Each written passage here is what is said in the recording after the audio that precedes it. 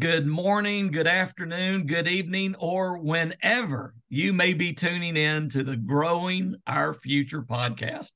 Hey, listen, number one, thank you for stopping by. We appreciate the fact that you're taking a pause in your day to soak up some of this incredible insight that we get from our guest. Today is no different. I recently had a chance to meet this guest, and as soon as I did, there was just several things about him that caught my attention. Number one, his enthusiasm was contagious. Number two, I started hearing about his background, and there was a little thing in there called FFA, which got my attention. And I said, listen, whenever we have an opening, we need to get you on the show. Ladies and gentlemen, it's an honor to bring to y'all the CEO of the Wichita Falls Chamber of Commerce, but you're going to learn more about that. He's an author, speaker, all-around good guy, encourager, life coach, Ron Kitchens. Ron, thank you for joining us. Oh, thanks for letting me be here. Ron, we're going to dive into your background here in just a little bit and get into a little deeper of maybe, kind of the journey that brought you to this role that you're in. But I like to start every episode with the same question, because I think it's a great place to start. Not only a podcast, I think it's a great way to start every day. And that question is this: Ron, what are you grateful for today? Oh, that's a great question, because I actually just finished writing my weekly blog for our newsletter, and it's on gratitude. And it's this idea that, gratitude's a gift you give yourself. When you express gratitude, it releases dopamine and serotonin in your brain. And so you immediately feel better by expressing gratitude to someone else. Then they get the dopamine and the serotonin hit too. And so I'm just a huge believer in gratitude.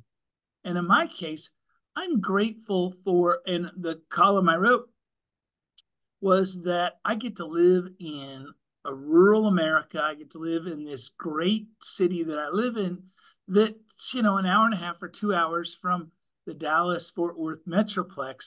I have all those advantages, but I got to see a band this week that I really liked.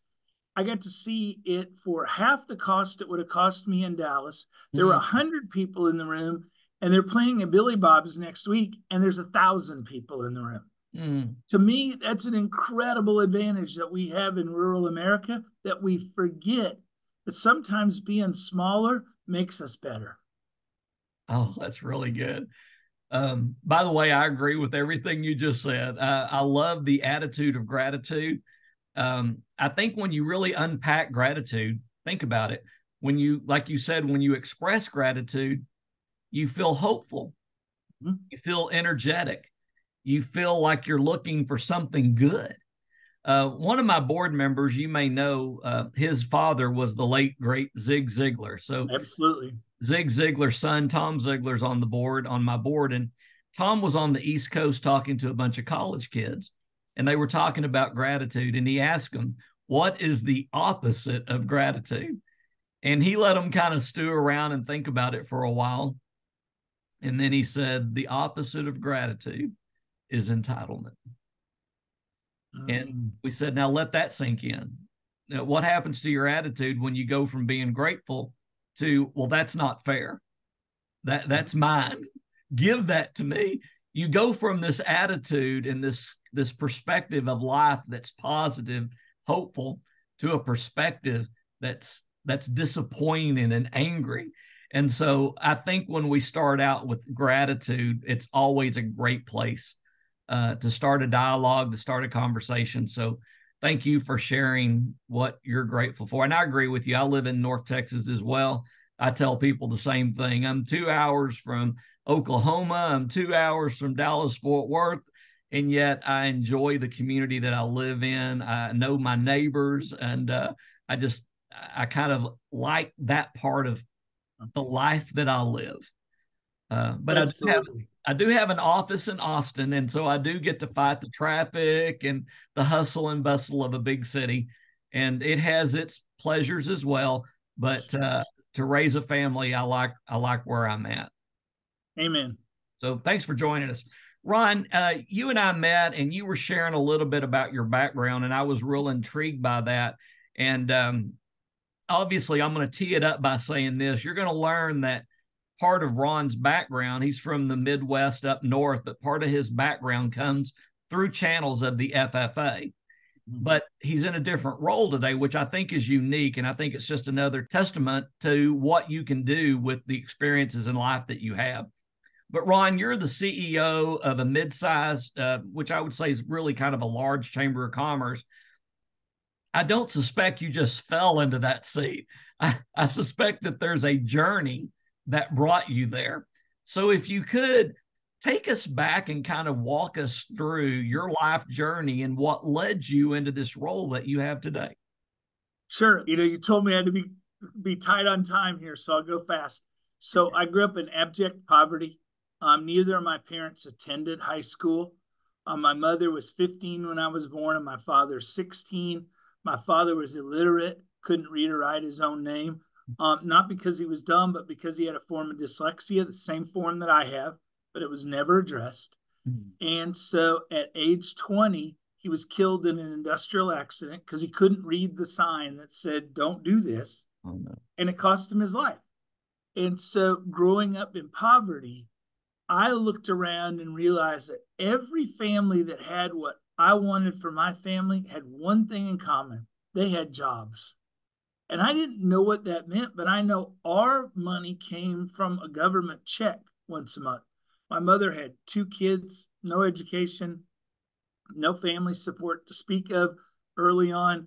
And so I knew that a job was really important. Well, it wasn't until later in my life that I realized that I could create jobs. It wasn't just about getting a job for myself. I could live in a world where I could help out people and family and friends. It really struck me early in my career. And we're going to talk about the FFA, but I would not be here today if it wasn't for my FFA chapter. Wow. Period. Wow. I had no business background. I had no mentors. I had no idea of knowing how to run a business. Too many people think that when we talk about agriculture, we're talking about seeds and animals. And those are really important things. But what I learned was those are business. How do you figure out earnings on that? How do you figure out your costs? I happen to have a great ag teacher who encouraged us to manufacture things and figure out where we could sell those products that we manufactured in the shop. And so I learned early on that I really like business, but that led me to learning that NAFTA had just hit the United States. My friends, I thought I was going to create jobs in my first businesses for my friends so they could come home to my little hometown and after school. And what I ended up doing was creating jobs for their parents because they lost their factory jobs. They lost that middle class opportunity. And that's when I really began to see what we can do in job creation. And so I've spent my career both in Texas, Michigan, and Missouri running organizations that focus on my core belief that the greatest force for change is a job. That we change people's lives, we change their futures, we change the future of their families. We can change generations if we can get good paying jobs with healthcare benefits and a retirement program into those people's lives, then they will take care of themselves. If you have the American dream, then you can live the American dream. I wrote that down. That's pretty good. The greatest force for change is a job. Is a job. Greatest force for change is a job. Think about that. That's powerful. I had a friend who had an accident that left him with a traumatic brain injury. And what's interesting about what you just shared, kind of inspiring, is the fact that he started working at a church, volunteering his time. And he called it his volunteer job. And the reason he wanted to do it is because he felt value. He felt work. Right. He felt like he was contributing to something bigger than himself. And I think that there's a lot of asset, both personal, financial, that comes with what you just said. And that's having a job.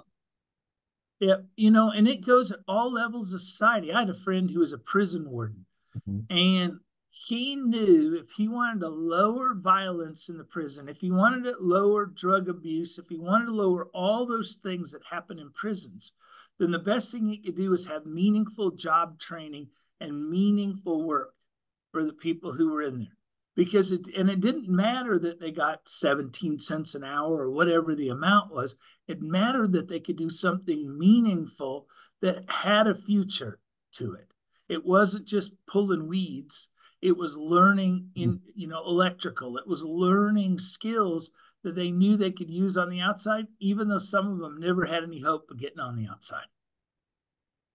Well, there you go. I mean, listen to what we're talking about. We're talking both about that intrinsic, that internal value, but also the contribution that we make that people freely gave their money to through an economy, through a capitalistic society that creates wealth.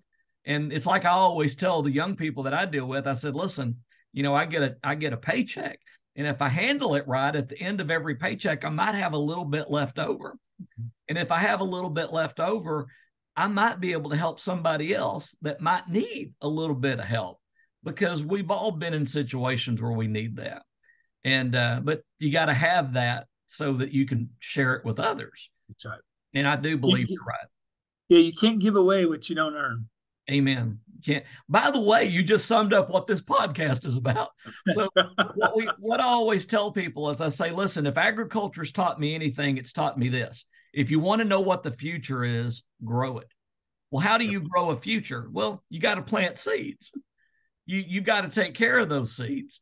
And then you're going to have to work and harvest that crop and harvest that reward one day. And then when you get it, you're going to share it with others.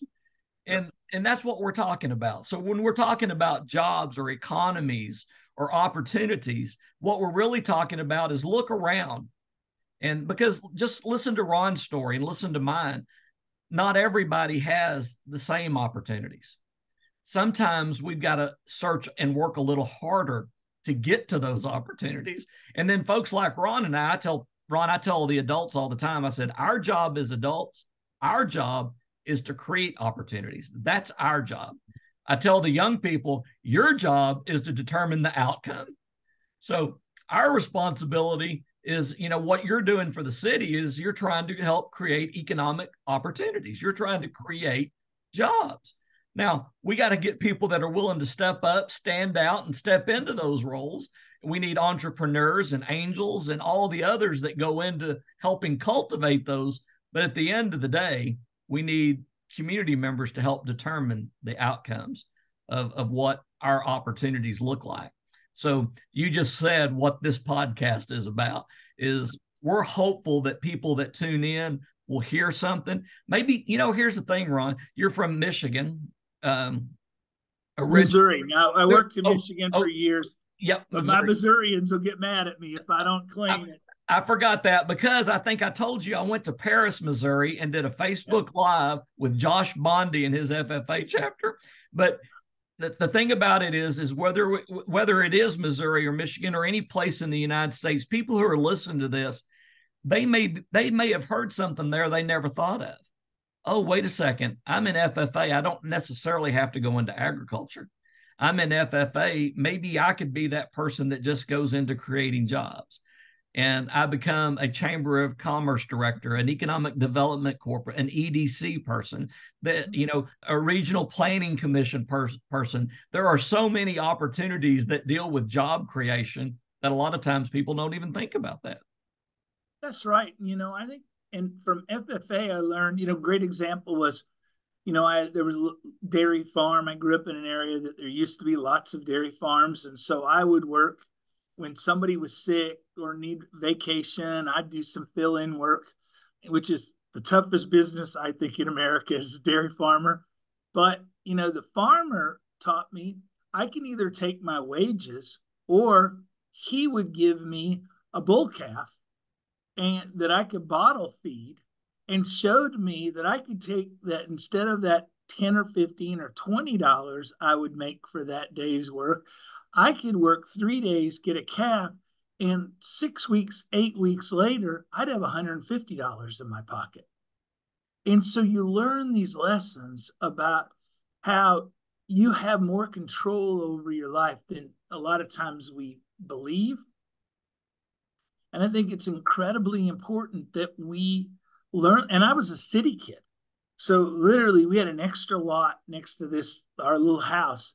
And I'm raising bottle caps in the middle of town. You know, my FFA projects were always rabbits or something that I could do, you know, at home.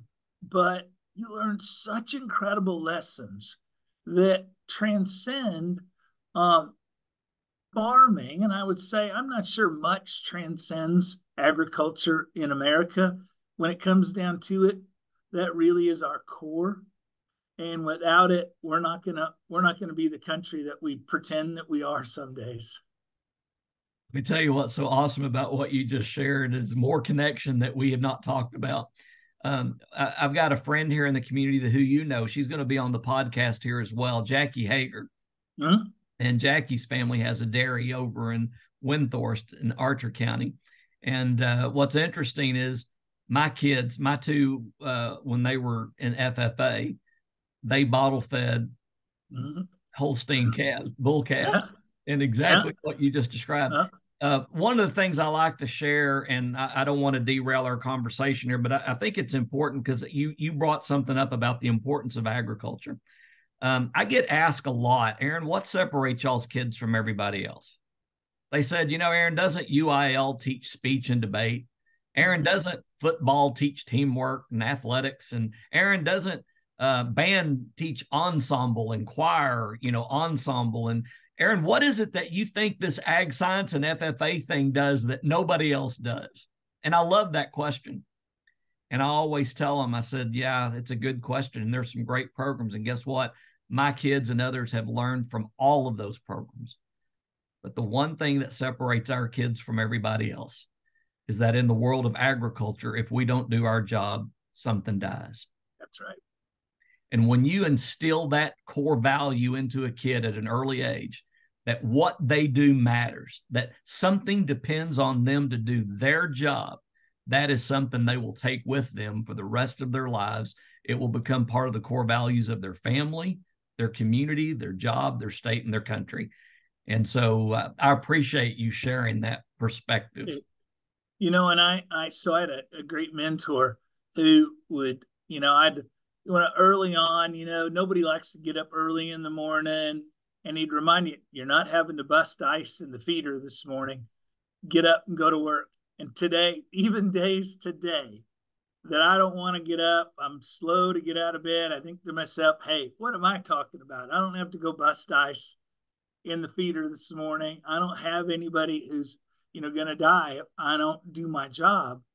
And, you know, there's a sense of obligation beyond ourselves that FFA and agriculture give us that otherwise, I'm not sure where you learn those things. I agree with you. And I couldn't agree more. My kids did it. And guess what? They didn't realize. One of my other dear good friends here in our North Texas area is the guy that owns Warriors Way Martial Arts Academy. And I remember when he started Warriors Way Martial Arts Academy, always got a kick out of it because they would play dodgeball with focus mitts. And if you got hit by the focus mitt, you had to do 10 push-ups and then you could get back in the game. And he and I were talking one day and I said, you know, that's pretty clever the way you're doing that. He said, yeah. He said, if I told the kids to line up and we're going to do 50 push-ups, they would all complain about it. But if I put it in a dodgeball format, he goes, they may do 70 push-ups and never complain about it because they want to get back in the game. And so I think a lot of times it's how we look at things. That's right. It's how we evaluate them and how we engage with them. Ron, let's go back here and talk just for a second. You know, one of the things through my role at the foundation is I get to work with a lot of corporate leaders across the state of Texas and across the country. And I have the opportunity to hear them tell me what their challenges are, to hear what opportunities they're trying to create in their organizations and their businesses. And I will tell you that the number one issue that I hear, number one, there's not even a close second, is workforce. Aaron, we need workforce. We need people that will show up. We need people that can get along with their peers. We need people that can communicate in a positive way. I would argue that ag science and FFA kids represent everything that we just said. But I want to hear it from your perspective, Ron, from somebody who's in that role of cultivating businesses, attracting businesses. If you could give kids a tip right now, if you could just reach into every classroom and say, young people, listen, here's some tools, here's some seeds that if you'll plant them, they will help you get a job, keep a job, and get promoted in a job. What would you share with them? I think part of it is showing up. And I think, as we talked earlier, if you got animals, you got to show up. And so when we deal with folks every day, and, we look at the data, there's 7 million young men between the age of 18 and 26 sitting on the sidelines. They're not in college. They're not working. It's the first time in America post-war this has ever happened. When we look at the American workforce, we have 4 million fewer jobs today than we had pre-COVID. And we've got at a time where 60% of all college students are women. It's never happened before. There are no more women as associates in law firms than there are men for the first time in the history. The graduate schools are dominated by women. So I have this real fear for young men that they're getting lost and they're just not getting what they need in schools to teach them to work. And part of it is, as you said, it's a sense of entitlement. And, Ray Wiley Hubbard, the great, singer-songwriter, says, the day I keep my expectations lower than my gratitude, I have really good days. And so I think we have to teach people that you can get out of life anything you want, but there are certain rules you have to live by. And those rules are, you got to show up. You got to show up in life. You got to show up for work. You've got to continue to invest in yourself. And that means lifelong learning. You got to constantly be learning. And it's no secret that women do that better than men. If we look at, as you said, I write books, huge percentage, depending on whose numbers you believe, 60 or 70% of all books, maybe 80% are bought by women. Average man doesn't read a book in a year. And so this idea that we've got to continue to learn, and then we've got to understand that we have a responsibility to leave, whether it's our family, our world, our community, a better place than it was. People talk about what's the meaning of life. Well, the meaning of life to me is to make sure that on my last day that I touched more lives and made them better than invested in me. I gave back one more dollar, courage, opportunity than I received. Now I'm going to do better than that. But if we just live by those rules, we'd have pretty good opportunities. But I'm terrified for the young men of America today because I just don't see, I see us losing a huge percentage of people, and we can't afford it. Let's talk about that for a second. By the way, one of the guests that's been on this show, I was fortunate to get to know and spend some time with, and he's kind of somebody that you would know, a guy by the name of Mike Rowe. And Mike Rowe talks about that very thing right there, of how much talent is sitting on the sidelines. And I guess one of the things that I wonder, Ron, that I don't necessarily know that we look at, I kind of look at like Wayne Gretzky. I like what Wayne Gretzky said one time when they asked Gretzky, what makes you such a great hockey player? And Gretzky said, most players skate to where the puck is. I skate to where the puck is going. I think there's some wisdom in that. I skate to where the puck is going. And so to your point, Ron, I think we look at point B and that's what we see. How do we fix point B? We're right here. How do we fix point B? Well, point B is really a result of point A.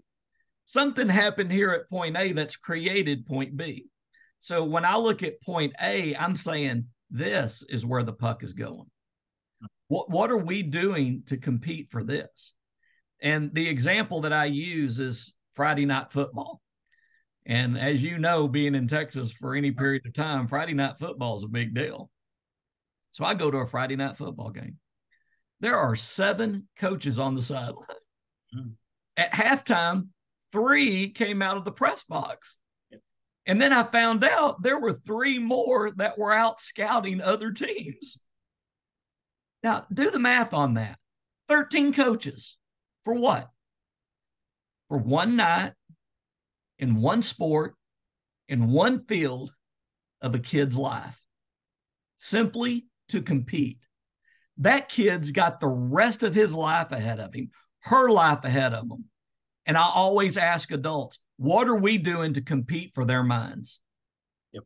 What are we doing? You know, and I'm not going to, we won't get into a discussion of communities, but the reality is, if we're not competing for the minds of where the puck is going, how can we be disappointed when it doesn't turn out the way we want it to turn out? That's right. Abraham Lincoln said that the philosophy of the schoolroom in one generation will be the philosophy of government in the next. That's the reason I'm so passionate about, we got to plant the right seeds. We got to jump on podcasts and social media, and we've got to find out where the kids are to get in front of where the puck is headed, so that maybe we can give them some insight, some tools. And like you said, Ron, we don't expect everybody to watch the podcast or read the book. But guess what? God's got who's watching this for a reason. God's got who's reading it for a reason. And our job is to make sure that it gets out there. That's right. You know, I served on the board at Western Michigan University for a number of years. And so I really wanted to understand how higher education worked, because I can look at that and tell you that somebody who's middle class or upper middle class, we never believed anything different than our daughter was going to graduate from school in 4 years. And we sent her to a school where all the kids believe they're going to graduate in 4 years. And lo and behold, they do.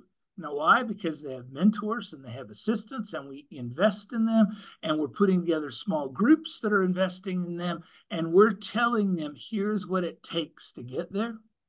We're in big, large public schools. We kind of go, good luck, God bless, and hey, if you're here for 6 years, that's, another 2 years of revenue for us. And so we as adults have got to step up and say, this is what success looks like, and we're going to mentor you. And we don't have time today, but I've written about it and we've talked. I went into business because, my knee got blown out. I couldn't play college football, and I had no fallback. And I had 6 mentors who came alongside me, who taught me how to be in business, who taught me how to do my books, who taught me how to pay taxes, who taught me how to generate customers, who taught me how to be grateful, who taught me how to expand and treat employees. And without those men, I wouldn't be here today. I wouldn't have the impact. I have multiplied their impact. We've got to make a commitment and a recommitment to people that we want to create impact that can be multiplied. Well said. Well said. And, I think there's a couple of things in what you just shared. Number one, you've got to be willing. Yep. I mean, if you're a student right now listening, and it doesn't have to be this podcast, it could be a coach, it could be another mentor, it could be anybody, but just listen to what Ron just said. The first thing is you got to have some want to. There's got to be some want to intrinsic into your system that makes you say, I'm going to step out here and maybe try to do something better than what my parents had, or I'm going to do something better than what I saw somebody that was successful. I want to be that successful, maybe even more successful. It starts with a little bit of want to. So the first thing we need is you to find your want to. And then, Ron, I think you're right. It behooves all of us in adult roles and leadership positions. We've got to want to pass it on. One of the things that we talk about in our camp a lot is one of the quotes. I've got 2 quotes that we use a lot around our shop. One is, when your values are clear, your choices are easy. So when your values are clear, the choices that you make are pretty easy. And then number 2, the essence of leadership is to plant trees under whose shade you may never sit. Right. Yeah. People ask me all the time why I do what I do. And I said, well, it's because I don't know. Maybe what I do is going to create my granddaughter's doctor one day, or her elected official, or my grandson's mentor, or his teacher. That's the reality of the world that we live in, is that we're really planting seeds with purpose in hopes that one day they help somebody else. And I think, to your point, we've got to be willing to step up. One of the things that I ask the young people, and you'll like this, is I said, tell me about your business. And they always look at me puzzled. They say, well, Mr. Alejandro, I don't have a business. I said, yeah, you do. You're it. Yeah. Do you get up on time? Do you show up on time? Are you customer service friendly? Can I understand you? There's a lot of stuff that you do because that is your business. And then, to your point, Ron, you said something else I hope people got, and that was this. Get yourself a personal board of directors. That's right. Get you some people around you, like you just talked about, that poured into you, that made you better. Absolutely. And that's nobody knows everything.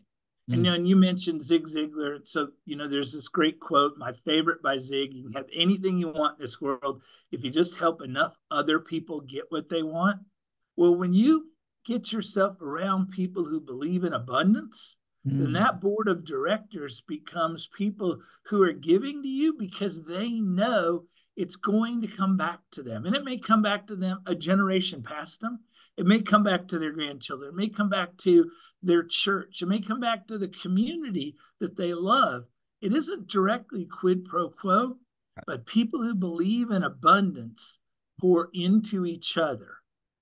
And why would you want to spend your life with anybody who didn't believe in that? I hope everybody was listening. There was another one of those apples of gold right there. People who believe in abundance pour into others. Good stuff. That is good stuff. Let's stay kind of on this topic, but stay with me here for a second. Let's talk about leadership. Because I like to think that the people that will listen to this podcast, or the people that might be taking notes in a classroom right now, I've got to believe there's some aspiring leaders in those situations. If you were to share some leadership tips, what would be some tips that you might share to a young person to be a more effective leader? Don't confuse title and position with opportunity to lead. Too many times we think we have to be granted something before we're a leader. And I had a great high school football coach, a guy named Paul Skeens, and Coach Skeens is a great guy, great mentor. But he was the first person who came to me and said, hey, you're a leader. And I want you to know that that's a muscle we have to build.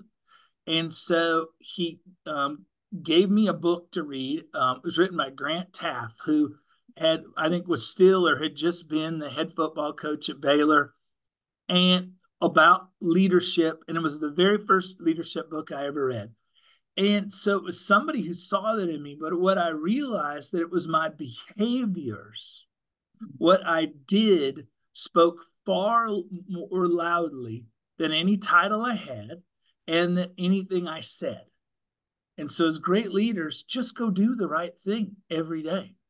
It's not glamorous some days, and it's not sexy some days, but the fact of the matter is, those are the people that are going to change the world. I agree. By the way, I tell people, I've shared the same thing you just said a different way. I always say, if leadership were easy, everybody would do it. Yeah. I mean, I know in your job and my job, I get told no a lot. Yeah. And but that's okay. I was actually at a Tom Ziglar. I was at a coach leadership training, and he said something I'd never heard before. And they said, Aaron, you're in the right office if they told you no. And I'm like, what? He goes, yeah, you're in the right office if they told you no. And I said, well, how's that? I don't understand that. He goes, if they had the authority to tell you no, then you're in the right office, because they can tell you yes. So now you've got to figure out how to get them to yes. That's right. But I thought that was a good point. But yeah, and as a leader, so my team, we go through leadership training, constant, continuous. There's a book laying on the table behind me. That's our next team book read. So we read a leadership book every month. And that's from the person who answers the phone at the front to our senior most people. We're developing constant leadership strategy. Everyone has a personal development plan where we're developing them as a leader. Now, I can't want more for people than they want for themselves. And not everybody wants to be the CEO of an organization, and that's okay. But what we can do is everybody needs to be a great leader, whether it's a great leader at home. One of the toughest jobs in the world is to be that stay-at-home parent who's got to lead, whether you're leading your child's Girl Scout troop or whether you're just teaching your young children how to be good leaders and understanding what that looks like. We have to build those muscles. And so as organizational leaders, if you're not developing the team around you every day to be great leaders, you're cheating them. And you're cheating yourself. So I encourage you, pour into leadership training and development. There's so much of it that's easy and free, so much of it that we can do together. Boy, you've said some really good stuff, by the way. Number one, leadership's a muscle. You got to work it. Yep. And you got to have coaches and trainers that help you improve it. Yep. And I think, like you said, investing in yourself. And I didn't know some of the statistics that you shared. That was really interesting about women versus men, and when it comes to reading and strategy and stuff. But that is a common theme. I will tell you about guests that have been on this show. They talk a lot about you've got to invest in yourself. You got to improve yourself. And my philosophy, one of the things that I like to share, and by the way, this is one reason you're on this show. I've been blessed with some great mentors. And one of those, as I alluded to earlier, is Harley Elmore right here in Wichita Falls, Texas, who's the head of Warriors Way Martial Arts Academy. And early on, he taught us, he said, if you want to be the best, train with the best. Yep. So we don't go train with the black belt of a black belt of a black belt. No, his philosophy is if you want to be the best, train with the best. So who do we bring in? The heads of systems, the top people. Why? Because when you hang out with them and you hear from them and you train with them, you're training with the best. If you want to be the best, train with the best. And so as it comes to leadership development, to Ron's point, when y'all look around, if you're looking to be a better leader, find somebody who's a really good leader. And you may find that person in person, or you may find them on an audio book or in a printed book, but find that person and train with that person. And it will make you better, if that's another way of saying it. Absolutely. There, I had a great ministry leader in Chicago, and the largest church. Well, he was actually the minister at that time of the largest church in America. And Bill would say, "My job is to mentor tens of thousands of people every year. I can't do that one-on-one, so I have to create content for them." But what we have to do is create that content in a way that's agnostic. So you can read it online for free. You can buy a book. You can listen to an audio. You can come to a seminar. You can do all these different ways. But in the end, he was pouring into ministry and business leaders so that they could embrace, what he was teaching. And so as leaders, we have to remember, just because I like to read books, there are people who would rather hear it on an audio. There are people that would rather have a digital version of it. Get agnostic about how you learn, but you got to be a learner. And I've never met a CEO or successful leader ever who wasn't a learner, ever. I agree with you. I tell people all the time, I said, every successful person that I've dealt with, I bet you could say the same thing. There is one word that they have in their vocabulary: next. Yep. It doesn't matter if it's a failure. What's next? It doesn't matter if it's a success. What's next? And then I guess that kind of leads me to a question I wanted to ask you, because in your book, which by the way, Uniquely You, I'm going to throw a shameless plug in here for you. I'll take it. In Ron's book, Uniquely You, he's got a saying in there, and he signs off with it too, and it kind of got my attention. Always forward. Tell us a little bit about that. Why always forward?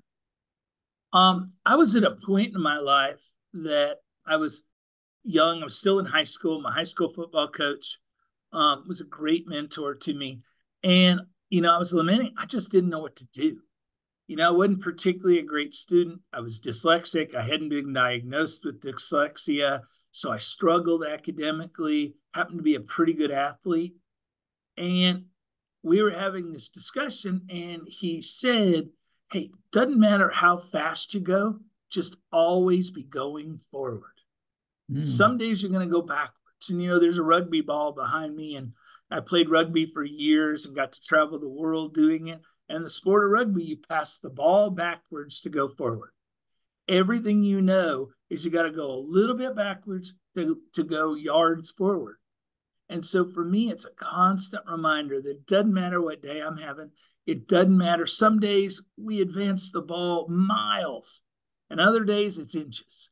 But so long as we're always moving forward, we know that in the end, we're going to reach our goals.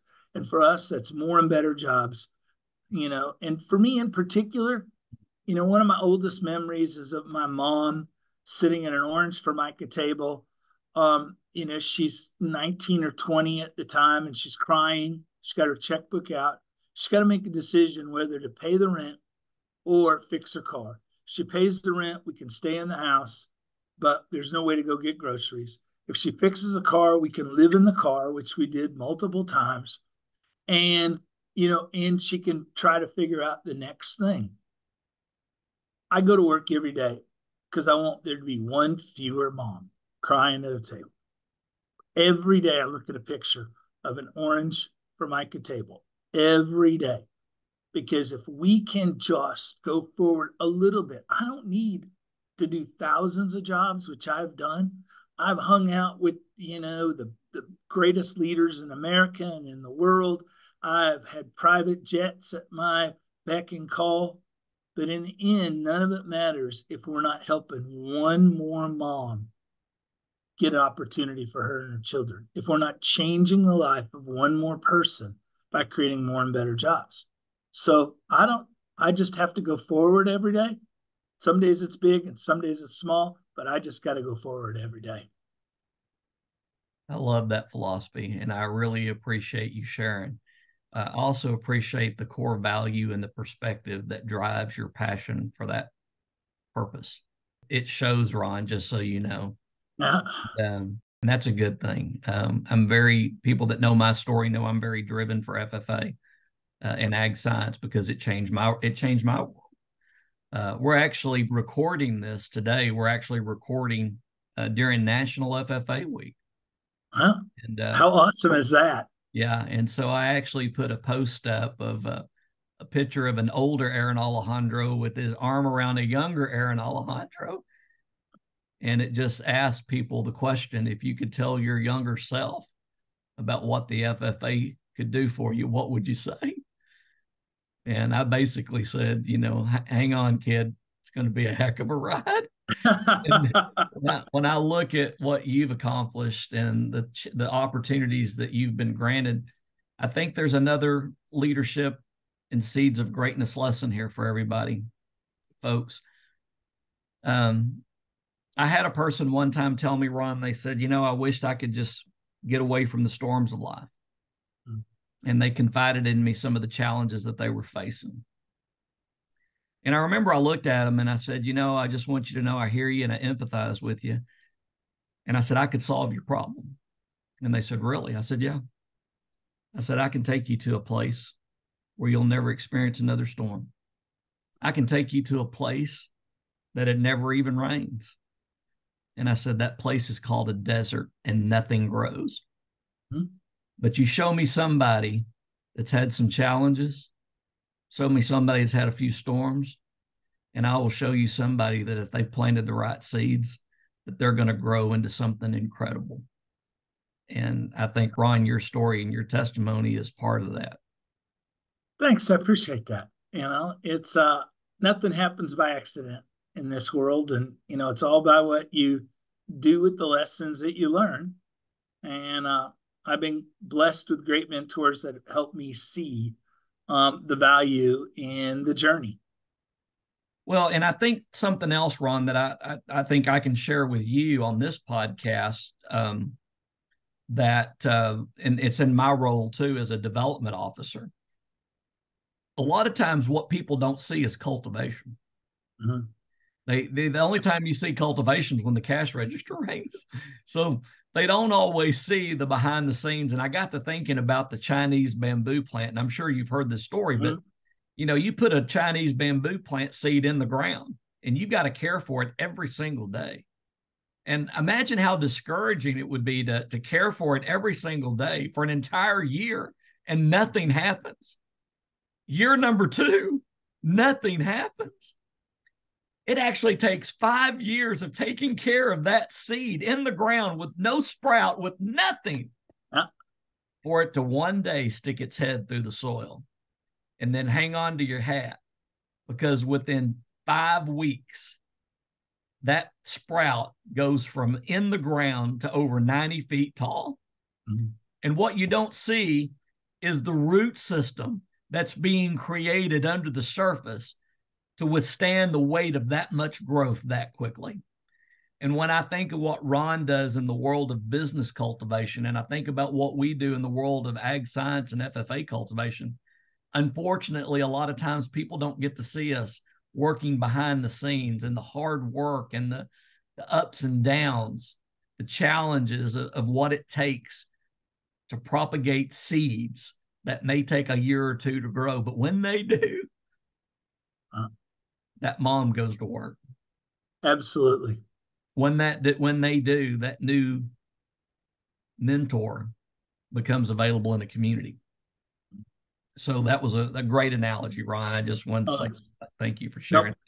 Yep, and I love the bamboos just as an analogy. It really does show that we've got to be committed to our work and understand that if you want immediate results, well, then the return on investment of immediate is pretty low. And you will live in a life of low opportunity. If you want big opportunity, you got to be committed to the long term. Well, and you said another word that I like, by the way, and that is big. I always tell people, if you can't think big, you can't teach big. If you can't think big, you can't inspire big. If you can't think big, the people in your care can never be big. That's right. Think big. All right, Ron, listen, time flies when you're having fun. Thank you so much for taking some time out of your day and joining us on the Growing Our Future podcast. Oh, thank you for having me. Really do appreciate that. You get one last question. So every guest on this show gets the last fun question, and you get a fun question to wrap the podcast up. Tell us, Ron, what is the best concert you've ever been to? I got to see right after 9/11. We had planned to go to New York, and our trip got derailed because of 9/11. A few months later, President Bush said, "Hey, we need you folks to come back to the city," and so we did. And this is pre-internet, and so happened to find out that Jimmy Buffett was doing a fundraiser for his kids' school. And we went and saw Jimmy Buffett with 150 people at a kids' school fundraiser. And took our daughter, her very first concert, and I have a picture of us there. She actually got to meet Jimmy that night. And so it was one of those really rare, very cool moments. All right. So everybody, some people who've been watching this podcast knows what I'm about to say, but I get to tell Ron. Ron, what you don't know is that I am a diehard Parrot head. Oh, I didn't know that. I have been to see Jimmy Buffett, I think 5 or 6 times in concert. I'm definitely a bubbles up kind of guy. Yeah. And I've got pictures of all of my kids doing fins to the left and fins to the right. And I just want you to know that is awesome, because I would have loved to have been in that position. Again, I think he's an incredible songwriter, and I heard he's just an all-around neat person. I read a story recently about a lady that was in her 60s or 70s fishing on a pier in Florida, and this guy comes up and sits down and says, "Hey, do you mind if I fish with you?" And she said, "Sure." And he sits there, and they just fish and talk for a while. He gets up and leaves. She ultimately gets up and leaves, and she stops by the little concession stand on the way, and She said, the guy looked at her and said, well, you must be famous too. And she said, what are you talking about? And she said, you're fishing with famous people. She said, I don't know what you're talking about. That man just came and we just sat and talked. They said, well, that was Jimmy Buffett. And you're what a great guy. So it tells you good people don't need pomp and circumstance. They just want to be around other good people. And if you're surrounding yourself with those kind of people in your life, great things are going to happen. Amen to that. One of my board members, another one, he's been to Wichita Falls several times. He spoke at Midwestern, Cleo Franklin. Cleo has written several books, but one of the things Cleo and I always talk about that he shares with me is he said his grandfather told him, he said, Cleo, don't ever speak on the obvious.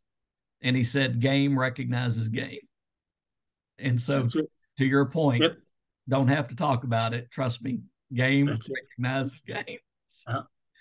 All right, ladies and gentlemen, thanks for stopping by for another episode of the Growing Our Future podcast. We know your time is precious and you gave us some today. We appreciate you stopping by. We appreciate this incredible platform. Who would have ever thought we'd have the technology where we could bring people like Ron and others on and just say, share with us seeds of greatness that we can plant in our lives that might help us along life's journey. And today, Ron was willing to share that with us. As we say in the world of agriculture, if you want to know what the future is, grow it. Today was an opportunity to grab some more seeds of greatness, plant them, and go out and do great things. Until we meet again, do something great for somebody else. You'll feel good about it. And guess what? Our world will be a better place to live, work, and raise our children because of it. Thanks for stopping by.